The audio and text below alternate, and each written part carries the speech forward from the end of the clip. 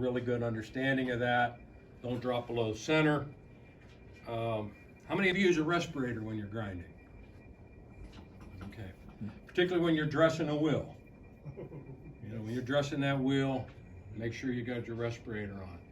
There's even some discussion about the steel fibers coming off of the CBN wheels and whether or not you ought to be using a respirator at that time as well.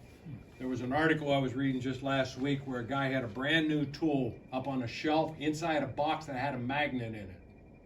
And he'd been grinding with his CBN wheel. He went up there to get the new tool out of there with the magnet in it, and there were iron filings stuck to the magnet.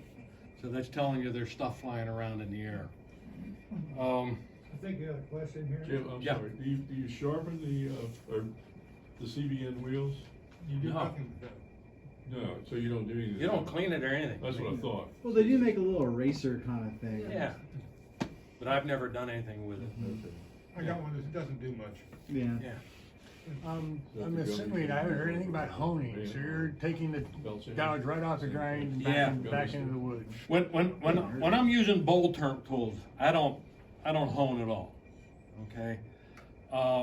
When I'm using my carbon steel tools, I hone.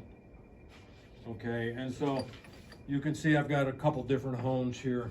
This is a carbon addendum hone. That's an Arkansas hone. This is a diamond hone.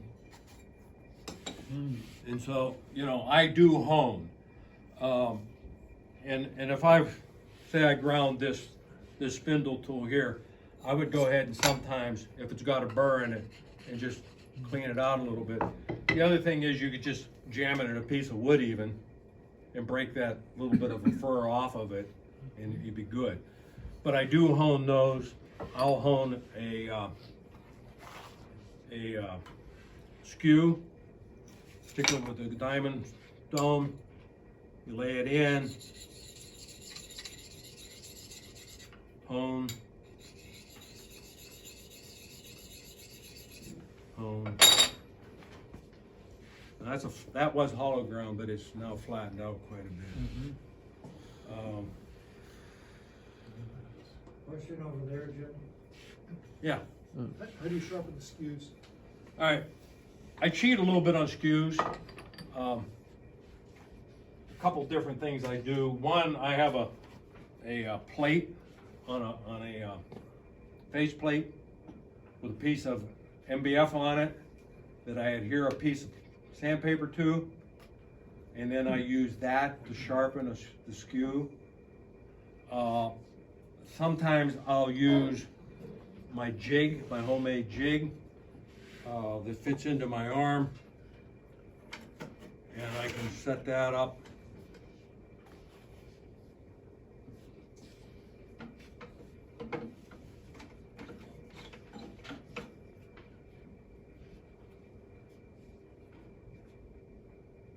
Nice view of your head.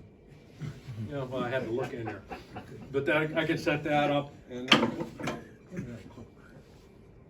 that tends to want to rotate a little bit, so I just put a clamp on it, and then I can take that, Tim, and I can move it across the wheel like that, and I get a hollow ground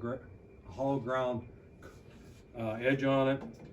Come around to the other side, and I can do the same thing, and so I can control that bevel.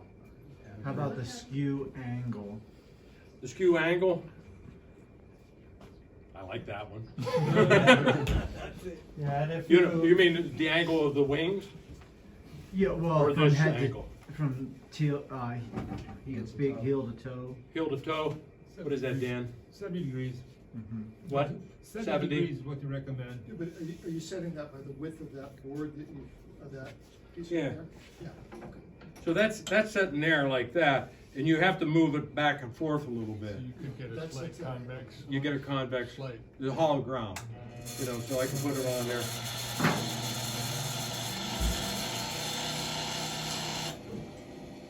You can see how it's starting to hollow grind it. Now, one of the things you might have noticed there, what were the color of the sparks? They were orange or red. And that's when you know you're using carbon steel.